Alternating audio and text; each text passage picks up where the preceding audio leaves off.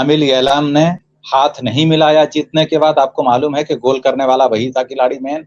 तो कुल मिलाकर सूरत हाल ये है। अब आप देखिए मशरिक़ वुस्ता के अंदर जो ये बार-बार जाते हैं और तलवे चाटते हैं, अमेरिका, सऊदी अरब के कभी इसके कभी उसके, किस लिए? भाई सवाल ये है कि अमेरिका की जो हैसियत है वो श्रिंक हो गई है पूरे उसमें।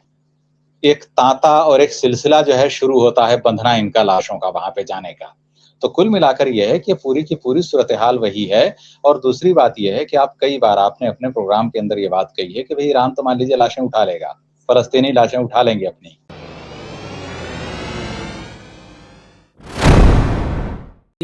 ये सही कह रहे हैं और ईरान नहीं डर रहा है।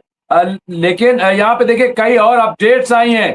यहाँ पे जैसा कि ईरान ने कल कहा था कि यदि हम पर आक्रामकता जारी रहती है तो हम डाटा सेंटर उड़ाना शुरू कर देंगे। इसी क्रम में ईरान ने यूएई में दुश्मन का एक विशाल डाटा केंद्र तबाह कर दिया है।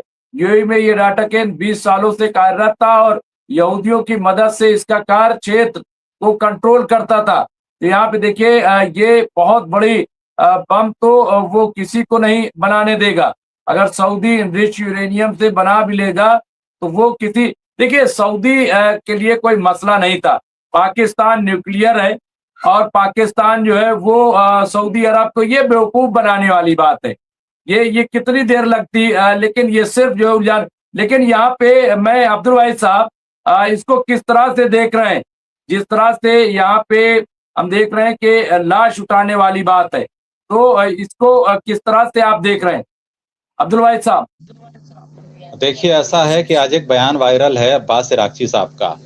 उसके अंदर उन्होंने साफ साफ बोला है कि भाई ये जो है स्टेट ऑफ हॉर्मुज़ वगैरह ये सब जो है हम इसको तो टेक ओवर करेंगे ही।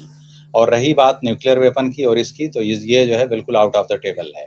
तो कुल मिलाकर ये है कि ईरान ने अपना मौक़िफ़ बिल्कुल वाज़ेह किया है। और अगर आप इब्तिदाई बयानात देखें, जब आयतुल्लाह अली ख़ामनेई शहीद किए गए थे उस वक़्त भी जो है ईरानियन लीडरशिप के बयानात ऐसे ही थे कि भाई आज मैं हूँ कल मैं भी नहीं रहूँगा, लेकिन उसके बावजूद जिद्दोजहद जारी रहेगी। तो कुल मिलाकर ये है कि जो लाशें उठाने वाली बात है, अभी तो अमेरिका में लाशें पहुँचनी शुरू हुई हैं। अभी आप देखिएगा कैसे-कैसे जो है एक तांता और एक सिलसिला जो है शुरू होता है बंधना इनका लाशों का वहाँ पे जाने का। तो कुल मिलाकर ये है कि पूरी की पूरी सूरत हाल वही है। और दूसरी बात ये है कि आप कई बार आपने अपने प्रोग्राम के अंदर ये बात कही है कि भाई ईरान तो मान लीजिए लाशें उठा लेगा, फलस्तीनी लाशें उठा लेंगे अपनी। लेकिन क्या अमरीकी लाशें बर्दाश्त कर सकते हैं? इतना स्टेमिना है उनके अंदर? इतना सब्र है उनके अंदर? तो ये जो है एक हकीकत पसंदाना तज़्ज़िया इसका यही है कि जब लाशें अमेरिका के अंदर पहुँचनी शुरू होंगी तो उनके जो है बिल्कुल सूरत हाल यकसर तब्दील होगी। वहाँ पे एक रिवोल्ट होगा और रिवोल्ट तो लाशें पहुँचने से पहले से हो रहा है वहाँ पे। और आप देखिए कि इस वक़्त मैं आपसे बात कर रहा हूँ, इस वक़्त जो पूरे दुनिया में चल रहा है, क्या चल रहा है? वो जो मादुरो है, राष्ट्रपति पूर्व राष्ट्रपति वेनेज़ुएला के, जिनको उठा के लाया था अमेरिका, उन पे इल्ज़ामात लग रहे हैं, अदालत में पेशी हुई है, दूसरी तारीख पड़ी है। तो अब आप देखिए कि ये सब चीज़ें भी चल रही हैं। क्या अमेरिका एक्सपोज़ नहीं हो रहा दुनिया के सामने? क्या आप एक इलेक्टेड प्रेसिडेंट को, एक कंट्री के हेड ऑफ द स्टेट को आप उठा के लाते हैं और उस पे आप आरोप लगाते हैं कि वो जो है ड्रग सिंडिकेट चला रहा था, मंशियात पूरे दुनिया के अंदर फैला रहा था। तो इसका मतलब कि आप अगर जो है ताकतवर हैं तो आप दुनिया पे कुछ भी आप आरोप लगाते जाइए, उठा लो किसी देश के राष्ट्रपति को। और इस वक्त देखिए एक सबसे अहम डेवलपमेंट ये भी है, आसियान मुल्कों की एक मीटिंग हुई थी अभी मनीला के अंदर, फिलीपींस की राजधानी है। उसके अंदर क्या आया है, अमेरिका के लिए भी है और पूरी दुनिया के लिए वार्निंग है। उसके अंदर ये आया है कि जो पूरा पेनिनसुला है कोरिया का, including south Korea, north Korea and Japan, इसको जो है डीन्यूक्लियराइज किया जाएगा, यानी वहां से न्यूक्लियर उसका खात्मा हो मुकम्मल तौर पर। अब आप बताइए कि ये अगर डेवलपमेंट वहां पे हो रही है और आसियान अगर इस तरह का जो है मान लीजिए स्टेप लेता है, तो आसियान कोई अमेरिका का फोरम नहीं है, एक इंडिपेंडेंट रीजनल फोरम है। तो अगर इतना बड़ा फोरम लेता है उसके अंदर, तो इसका मतलब यह है कि अमेरिका को उस पूरे रीजन से निकालने की तैयारी हो रही है। तो अमेरिका न सिर्फ मशरिक़ वुस्ता से निकलेगा, अमेरिका साउथ एशिया से निकलेगा, अमेरिका कोरिया पेनिनसुला से निकलेगा। अमेरिका के साथ कुल जो है गिने चुने सिर्फ ऐसे ही मुल्क बचेंगे जिनकी दुनिया के अंदर कोई से नहीं है। आपने देखा यूरोप के अंदर भी डिवीजन शुरू हो गया है। स्पेन के खिलाड़ी ने, आमिल एलाम ने हाथ नहीं मिलाया जीतने के बाद, आपको मालूम है कि गोल करने वाला वही था खिलाड़ी मेन। तो कुल मिलाकर सूरत हाल ये है। अब आप देखिए मशरिक़ वुस्ता के अंदर जो ये बार-बार जाते हैं और तलवे चाटते हैं, अमेरिका, सऊदी अरब के कभी इसके कभी उसके, किस लिए? भई सवाल ये है कि अमेरिका की जो हैसियत है वो श्रिंक हो गई है पूरे उसमें। आज गल्फ ममालिक अमेरिका से पूछ रहे हैं कि भाई तुम्हारे बेसेस गए तो गए, हमारी मईशत का तुमने भट्टा बिठा दिया है, इतना शदीद नुकसान हुआ है। आप बताइए जिन्होंने रियल एस्टेट में पैसा लगाया था, भारत के बड़े-बड़े सेलिब्रिटी से लेकर और दूसरे लोगों ने यूएई के अंदर, यूएई के बहुत सारे शहरों में, चाहे वो दुबई हो, शारजा हो, ये सब हो, उनके पैसे क्या डूब गए या नहीं? आज बताइए कौन-सा फॉरेन टूरिस्ट यूएई के अंदर है? बहुत सारे लोग जो भारत के जाकर के यूएई के बहुत सारे शहरों में काम करते थे, चाहे वो दुबई हो, शारजा हो या वहाँ, वो आज कहाँ पे हैं? बताइए आप। तो कुल मिलाकर ये है कि जो अगर भारत आ भी गया है, तकरीबन कई लाख भारतीय जो है, कुछ ये हैं कि 25 से 30 लाख, कहीं पे कहा गया 55 लाख मिडिल ईस्ट से भारतीय सिर्फ आए हैं नौकरी छोड़ करके अपनी, कि मैं दोबारा जाऊँगा, जॉइनिंग होगी, दोबारा जा ही नहीं रहे हैं, कई-कई महीने हो गए। तो आप बताइए कि ये सूरत-ए-हाल कब तक रहेगी? तो ये जो है अमेरिका जो है वो सिर्फ विलेन जो है ईरान के लिए नहीं है, वो विलेन पूरी दुनिया के लिए है। कुछ लोग रियलाइज़ कर रहे हैं, कुछ लोग रियलाइज़ नहीं कर पा रहे हैं। तो कुल मिलाकर ये है कि ईरान तो जहाँ है वहाँ रहेगा। अगर न्यूक्लियर अटैक होता है फिर भी रहेगा ईरान। लेकिन क्या अमेरिका रह पाएगा उसके बाद मिडल ईस्ट के अंदर? सिर्फ बेसेस नहीं जाएँगे, फिर अमेरिका की एम्बेसी, सिफारतखाने और ये जितने कॉन्सुलेट जनरल है सारे उठेंगे फिर। तो ये सारी की सारी जो है कहानी यहाँ पे है, इसीलिए अमेरिका बहुत चाहता है इस वक़्त, या पता नहीं चाहता है क्या है, क्योंकि अमेरिका की तो चीज़ें जो है समझ में नहीं आती। भई अगर वो वाक़ई सीरियस है, और जहाँ तक ट्रंप का मामला है, तो मैं ये बिल्कुल मान रहा हूँ कि जैसे ज़ायनिस्ट होते हैं जूज़ में, यहूदियों में, वैसे ही जो है ज़ायनिस्ट क्रिश्चियंस में भी होते हैं। तो ये क्रिश्चियन ज़ायनिस्ट है ये, और ये जो है इस तरह से मानने वाला नहीं है, ये लायक़-ए-एतिबार नहीं है। इसलिए ईरान जो कुछ कर रहा है, वो मुझे लगता है कि ईरान की मजबूरी है, क्योंकि वो 1-2 बार नहीं कई बार जो है डसा गया है। तो इसलिए जो है मुझे लगता है कि अभी जंग-बंदी की कोई सूरत-ए-हाल नहीं है। अमेरिका लाशें ढोता रहेगा, ईरान के अंदर बमबारी शदीद होती रहेगी, नुकसानात दोनों तरफ होंगे, लेकिन ये है कि अमेरिका के लिए ये जंग जितनी ज़्यादा खिंचती जाएगी, अमेरिका के लिए मिडल ईस्ट के अंदर सर्वाइवल उतना ही मुश्किल होता जाएगा। जी मुमताज़ भाई।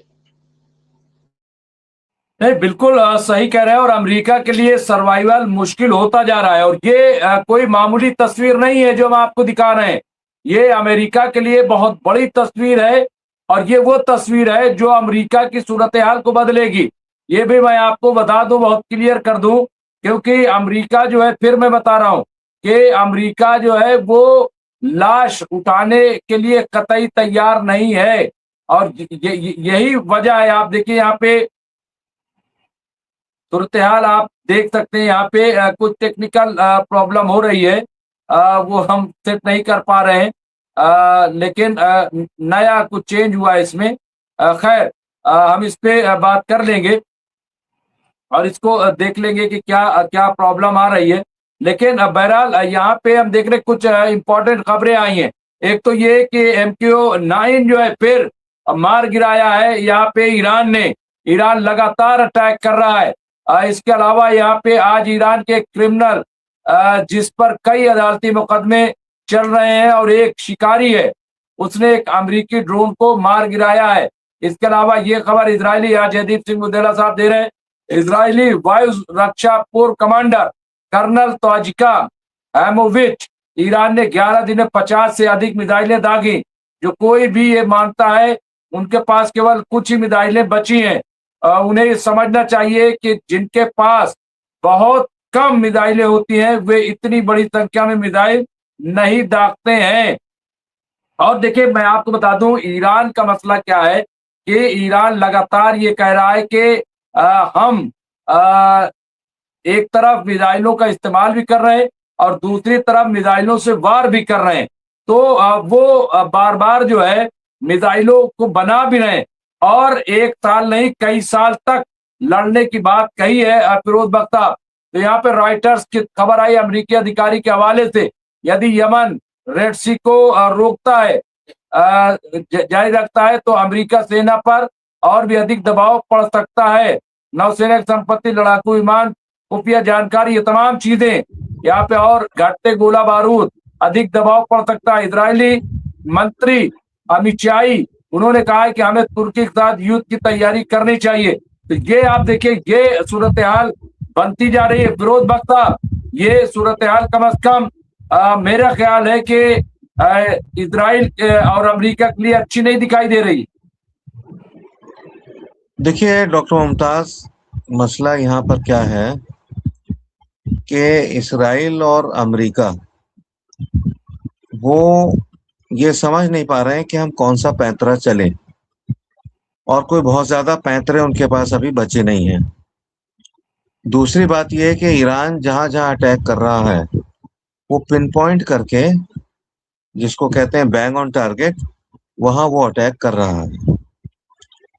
और आगे तो मैं ये बताना चाहूंगा आपको कि जहां तक इस हफ्ते लड़ाई का ताल्लुक है, मेरा ख्याल ऐसा है कि शायद अमेरिका अगले 2-3 रोज में अटैक ना करे। तो बड़ा खतरनाक प्लान बना रहा है अमेरिका। एक तो यह है कि भाई इनका इरादा ये बन रहा है कि हम ग्राउंड पे जाकर के अटैक करें। कि देखिए, जो भी लड़ाई अभी तक हुई है, वो लड़ाई जो है वो या तो एयरबोर्न अटैक से हुई है या मिसाइल से हुई है। फौजी अभी आमने सामने नहीं टकराए हैं, ठीक है। बावजूद इसके कि ब्रिटेन के जो नए वजीर आजम हैं, उन्होंने अमेरिका की जो भी वहां से उड़ान भरेंगे जंगी जहाज, उसकी इजाजत दे दी है। स्टारमर ने तो मना कर दिया था, इन्होंने दे दी है। और बल्गारिया में भी अमेरिका को इजाजत मिल गई है कि ईरान के ऊपर जब अटैक करेंगे तो वहां से उनके जहाज उड़ेंगे। और उसकी वजह यह है, अमेरिका थोड़ा सा यहाँ से दूर इस वजह से हट रहा है कि जिस तरीके से उसकी बेसिस हैं, मेजर बेसिस जो हैं, उन पे जो अब तक अटैक हुए हैं, उसके हैंगर्स तबाह हुए हैं, उनके ड्रोन्स MQ-9 ड्रोन काफी चले गए, उनके जो रिफिलिंग जहाज है उनको नुकसान पहुंचा है। तो अब अमेरिका ये सोच रहा है कि थोड़ा दूर से अटैक करेगा। अभी वो ऑब्जर्व करेगा ईरान क्या कर रहा है। उसके बाद, जैसे मैंने आपको कहा, ये लोग बड़ा खतरनाक प्लान बना रहे हैं। और इस प्लान की सुगबुगाहट पिछले कोई 4-5-6 महीने से थी, जिसकी वजह से UNO के एक बड़े सीनियर अफसर ने जो है रिजाइन भी कर दिया था। क्योंकि जो प्रपोजल उन्होंने देखा कि भाई इस तरीके से ये टैक्टिकल एटम बॉम्ब या प्रॉपर एटम बॉम्ब को इस्तेमाल करने की बात कर रहे हैं। तो अब हम तो देखिए यही चाहते हैं कि जिस तरीके से यहाँ पर एस्केलेशन हो रहा है, ये एस्केलेशन रुके, ठीक है।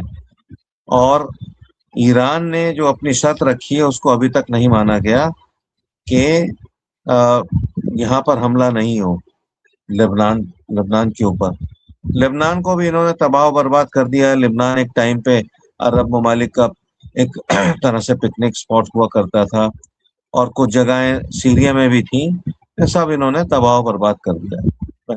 यानी पिछले 50 साल से जिस तरीके से ये अमेरिका और इसराइल ने मिल के बमबारी करी है कुछ अरब ममालिक पे, तो बिल्कुल सब कुछ बराबर उन्होंने कर दिया है। जिसमें पहले इराक को भी इन्होंने बड़ा तबाह कर दिया, सीरिया को भी पहले कर चुके हैं, एक हद तक इन्होंने जो है इजिप्ट को भी बड़ा नुकसान पहुंचाया था। तो अब ये जो सूरत हाल है, इसमें तो ये आर या पार की लड़ाई दिखाई दे रही है।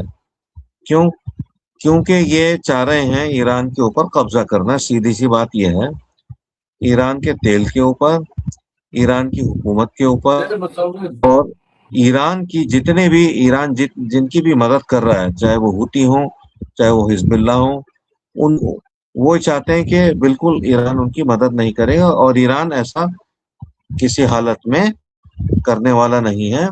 इनकी न सिर्फ मदद करेगा बल्कि हुती की भी उसने बड़ी जबरदस्त मदद की है, बावजूद इसके कि ट्रंप ने बड़ा जबरदस्त एक ये समझिए कि वो धमकी भरा एक बयान दिया है कि हम हूती को हमने पहले भी बर्बाद किया था, अब भी करेंगे। भाई एक बात बताइए ट्रम्प साहब, आपने 70% ईरान की जो फायरिंग पावर थी, मिसाइल फायर पावर, उसको खत्म कर दिया। आपने सारी उनकी जो हॉर्मुज पे जो उनके जहाज थे, जो उनकी बोट्स थी, उनको तबाह कर दिया। अब आप ये बताइए, आपकी किस बात पे यकीन किया जाए? आप हूतियों को तो कब्जे में ला नहीं सके। हूतियों ने पहले भी रेड सी को रोक दिया था, ठीक है, और आज भी गालिबन रेड सी से 2 जहाज वापस गए। मैं नाम बता दूंगा किन ममालिक के थे, हूती के डर से।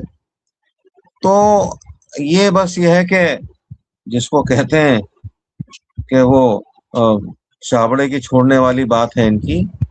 और ईरान ने अपने को, मैं पहले ये बात कई मर्तबा कह चुका हूँ, फिर मैं इसको रिट्रेट करूंगा, ईरान को इस बात का 101% अंदाजा था कि कभी भी इसराइल और अमेरिका मिलके उसको तबाह बर्बाद करेंगे, उसको नक्शे से मिटाने की कोशिश करेंगे, इस बात का अंदाजा। अच्छा, मैंने 15 साल का पहले अखबार दिखाया था आपका, तो 15 साल में से अब तक इन्होंने तैयारी की है। उससे 15, 20, 25 साल पहले भी तैयारी कर रहे थे। तो ईरान, मैं आपको बता रहा हूँ, ये जो जंग है ये कई साल तक चल सकती है। ईरान इसको 10-11 साल तक खींचने के मूड में है। अमेरिका, इसराइल किस मूड में है पता नहीं, लेकिन ईरान इसको 10-11 साल खींच लेगा, क्योंकि ईरान ने अपना जो ये समझिए कि नस्बुलैन है, वो यही बनाया है कि ये हमारे दुश्मन हैं और ये हमारे ऊपर हावी होना चाहते हैं, हमारे हुकूक की पामाली करते हैं, और ये जुल्म करते हैं, फ़लस्तीन के ऊपर जुल्म करते हैं, लबनान के ऊपर जुल्म कर रहे हैं। इससे पहले भी इन्होंने अरब ममालिक के ऊपर इतना जुल्म किया, जिनके मैंने नाम आपसे ले दिए थे। लबनान है, जॉर्डन है, सीरिया है, लीबिया है, इराक है, मिस्र है, यानी इन्होंने किसी को नहीं बख्शा। तो ईरान की जो भी तैयारी है, उसके पास कितने मिसाइल हैं कितने नहीं हैं, और कोई ये भी नहीं कह सकता कि ईरान के पास, क्या ईरान के पास भी कोई टैक्टिकल एटॉमिक बॉम्ब है? हम नहीं कह सकते, हो भी सकता है, नहीं भी हो सकता, ठीक है। तो अगर कुछ इस तरह के एक्शन की बात इनकी तरफ से सोची जा रही है, इसराइल और अमेरिका की जानिब से, तो थोड़ा सा, जिसको अंग्रेजी में कहावत है कि they should think it twice, पहले इस पर अच्छे से गौर करें। और इसका जो, देखिए, इसका इसका असर सिर्फ ईरान पे या वेस्ट एशिया पे नहीं, पूरी दुनिया पे होगा। अगर ऐसा कुछ हुआ तो पूरी दुनिया तबाह हो जाएगी। मैं वर्ल्ड वॉर की बात नहीं कर रहा, वर्ल्ड वॉर नहीं होगी, क्योंकि जो रुकावट होगी, जहाज आने बंद हो जाएंगे हॉर्मुज से, बाबल मंदेब से भी आने बंद हो जाएंगे, और दुनिया का 60-70% जो मामला है वो खत्म हो जाएगा। तो अगर ये चाह रहे हैं ट्रम्प, और बार बार वो डील डील करके और क्या है, सीज फायर करके, टैक्स वैक्स जो बढ़ा के वो कमाई कर लेते हैं, जाती कमाई भी और अपनी कंपनियों की कमाई, इससे वो बाज आ जाएं, वरना वो दुनिया को तबाह करने की राह पर चल पड़े। जी डॉक्टर मुमताज। जी बिल्कुल। और ईरान को कमजोर समझने की जो गलती अमेरिका ने की है, मैं समझता हूं कि उसका खामियाजा भुगत रहे हैं। और ये इजराइल की, हम जब बार बार ये कहते हैं कि भाई इसमें इजराइल ने धोखा दिया, तो सवाल ये है कि अगर धोखा इजराइल ने दिया और आप धोखे में आ गए, तो इजराइल को आपने क्या सजा दी? ऐसा तो नहीं कि आपने हाथ खींच लिया, इजराइल का सपोर्ट नहीं किया, कि आपने हमें कहा पता दिया। तो मुझे लग रहा है ये सिर्फ ढकोसला है, और अमेरिका अपने आप को बचाने की कोशिश कर रहा है। और इस पूरी प्लानिंग में अब्दुल भाई साहब, मुझे ऐसा लगता है कि अमेरिका ही शामिल है। अब यहाँ पे ट्रम्प ने जो ट्वीट किया था कि हम ईरान द्वारा एक जहाज पर हमला करने के जवाब में एक पुल या एक वाटर प्लांट उड़ाएंगे, उसके तुरंत बाद 5 मिनट बाद उसने फिर ट्वीट किया तो इस तरह के ट्वीट उनके लगातार जो है वो आते हैं। ट्वीट किया कि पाकिस्तान के आज़ाद फील्ड मार्शल अत्यंत सम्मानित असीम मुनीर के अनुरोध पर यूएस ब्रिज दिवस को स्थापित करता है। तो इस तरह का देखिए यहाँ पे बातचीत भी करनी है। क्या लग रहा है आपको अब्दुल वाहिद साहब की क्या बातचीत शुरू हो पाएगी? क्योंकि मुझे नहीं लग रहा है, जो एक्सपर्ट बता रहे हैं कि अमेरिका इस पोजीशन में है कि वो जंग कर सके, और ये कई एक्सपर्ट ने बताया है, और एक्सपर्ट की बात हवा में नहीं हो सकती है, जबकि ईरान पूरी तरह से तैयार है, इंटैक्ट है। क्या हो, हम इस्तकबाल के लिए तैयार है, हम जंग के लिए तैयार है। अब्दुल वाहिद साहब, देखिए ऐसा है कि जंग दुनिया की कोई भी हो, न्यूक्लियर वेपन यूज हो ना हो, मसले हर डायलॉग के टेबल पर ही होते हैं। लेकिन यह है कि डायलॉग टेबल पे लाया जाता है कई बार जंग के जरिए, उसके अलावा कोई दूसरा रास्ता नहीं होता है कुछ लोगों को, क्योंकि उनको जो है सीधी बात और सही बात रास नहीं आती है। 3-3 बार ईरान बैठा है डायलॉग टेबल पे, लेकिन इनको समझ में नहीं आया। अब ये कैसे आते हैं, एक दूसरी बात है। देखिए मैं कई बार जो बात बोलता हूँ वो ऐसे ही नहीं बोलता हूँ भाई। ये जो कैपिटलिस्ट सिस्टम है, जो ये पूंजीवादी व्यवस्था है, जिसको हम बोलते हैं सरमायादाराना निज़ाम, तो ये ऐसे ही नहीं है दुनिया के अंदर। ये कुछ गिने चुने लोग हैं जिनके पास वेल्थ है और ये पूरी दुनिया को कंट्रोल कर रहे हैं। तो अमेरिका कोई वैसा नहीं है दूध का धुला मुल्क है कि भाई उसका वो है।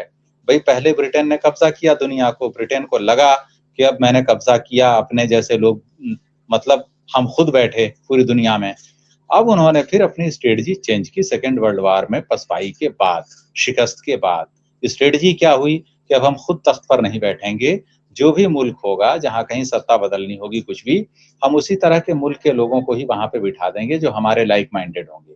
तो आप देखिए पूरी पूरी दुनिया के अंदर ऐसा है कि नहीं है। बहुत सारे मुल्क मिल जाएंगे आपको जहां अमेरिका के पपेट बैठे हुए हैं। पाकिस्तान को ही आप लीजिए, वहां कौन लोग हैं बैठे हुए हैं वहां पे। सऊदी अरब को आप लीजिए और भी दूसरे लोगों को। अमेरिका डेमोक्रेसी की बात करता है पूरे दुनिया के अंदर। अरब ममालिक में जब डेमोक्रेसी की बात आती है, डेमोक्रेसी कुचल दी जाती है, तो अमेरिका वहां पे हेल्प करता है इसके लिए। तो आप बताइए कि भाई ये कौन से हैं। तो जो मैं कह रहा था कि भाई ये चरित्र कौन सा है, तो चरित्र है ही नहीं अमेरिका का कोई। उसका चरित्र एक ही है, वो है रक्त चरित्र, इसके अलावा कुछ नहीं है। अब किसी को बात समझ में आती है आए, नहीं आती है ना आए, दूसरी बात है। रही बात ये कि भाई स्ट्रेटजी क्या होगी, दोबारा बातचीत शुरू होगी नहीं होगी। भाई चाहे न्यूक्लियर अटैक हो जाए, कुछ भी हो जाए, बातचीत तो बातचीत से ही होगी। तो बातचीत तो होगी, लाजमन होगी, लेकिन वो कैसे होगी, मॉडलिटीज क्या होगी, कैसे होगा। अब सवाल यह है कि अगर न्यूक्लियर वेपन का इस्तेमाल अमेरिका करता है, जो कि मुझे लग रहा है करेगा ही, वो चाहे न्यूक्लियर जो उनके इंस्टॉलेशंस हैं, ईरान के फैसिलिटीज़ हैं, उनको टारगेट करे, कुछ भी करे, लेकिन एक जो है हैवी बम्बारमेंट होगा। समझ में ये बात नहीं आती। अमेरिका ने लास्ट ईयर भी जब B-2 बॉम्बर से फर्दों में और जो है नतांज वगैरह में अटैक किए थे, तो अमेरिका ने यही बोला था ट्रंप ने कि अब हमने पूरा ध्वस्त कर दिया है, अब ईरान के पास कैपेबिलिटी न्यूक्लियर वेपन बनाने की नहीं है। सवाल यह है कि वो बयान अमेरिका का झूठा था या अब है कि भाई उसके पास न्यूक्लियर वेपन हो सकते हैं या बना सकता है, वो जो है कैपेबिलिटी है। तो कुल मिलाकर ये है कि सारे मफरूज़े हैं इनके। ये ईरान को कमज़ोर देखना चाहते हैं, ईरान को ही नहीं किसी भी मुल्क को। अभी फिरोज बख्श साहब ने जो बात कही कि वो किसी भी मुस्लिम मुल्क को न्यूक्लियर वेपन के साथ मुसल्लह नहीं देखना चाहते।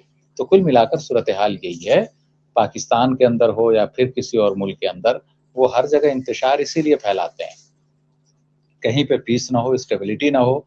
इवन भारत के अंदर आपको मालूम है मार्को रूबियो का बयान क्या था कि हम भारत को चीन जैसा नहीं बनने देंगे, हम भारत पर भी नजर रखेंगे। अब आप बताइए कि ये सिर्फ ऐसा नहीं कि मुस्लिम मुल्कों से डरे हैं, ये तीसरी दुनिया के हर उस मुल्क से डरे हैं जो कभी भी फ्यूचर में अमेरिका के लिए चैलेंज हो सकता है। तो कुल मिलाकर सूरत हाल ये है, पूरे दुनिया के लिए लम्हे फिक्रिया है कि क्या वो ईरान को बर्बाद होते हुए देखना चाहेगी या एक स्ट्रांग स्टेप लेगी। ईरान एससीओ का मेंबर है, ईरान ब्रिक्स का है मेंबर, ईरान के आसपास के बहुत सारे मुल्क हैं।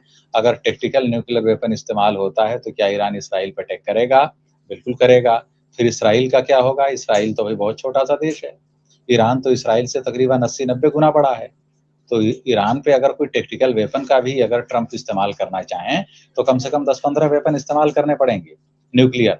लेकिन अगर ईरान ने एक भी इसराइल पर मार दिया तो फिर इसराइल का क्या होगा?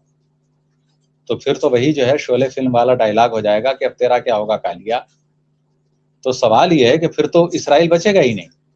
तो अब जो है ट्रंप को ये सोचना है कि भाई वो न्यूक्लियर टैक्टिकल वेपन कैसा होगा?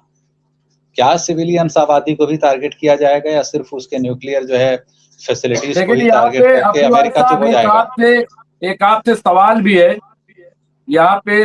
सवाल अब्दुल वाहिद साहब ने ये जयदीप सिंह मुंदला साहब ने किया। वाहिद साहब, मुझे लगता है कि ट्रंप न्यूक्लियर फैसिलिटी पर हमला करके कहेगा कि हमने न्यूक्लियर तबाह कर दिया है और जंग से बाहर निकल जाएगा। जंग से निकलने का उसे ये तरीका दिख रहा है और यही मुझे लग रहा है। इतालवी विदेश मंत्री, एक और खबर है, इतालवी विदेश मंत्री यहाँ पे एंटोनियो या तजानी ने कहा है कि वो 4 अगस्त को इजराइल और लेबनान के बीच वार्ता के एक दौर की मेजबानी करेगा। यहाँ पे यादवेन दत्त लिख रहे हैं, मुमताज भाई, ट्रंप के पास जंग से भागने के अलावा कोई रास्ता नहीं। वो ईरान से हार चुका है लेकिन फेस सेविंग चाहता है। वो वार्ता में मिले या किसी हमले में मिल जाए और ईरान प्रतिकार न करे तो बस वो निकल जाएगा। तो ये जो बात कही जा रही है, इसको किस तरह से देख रहे हैं जी?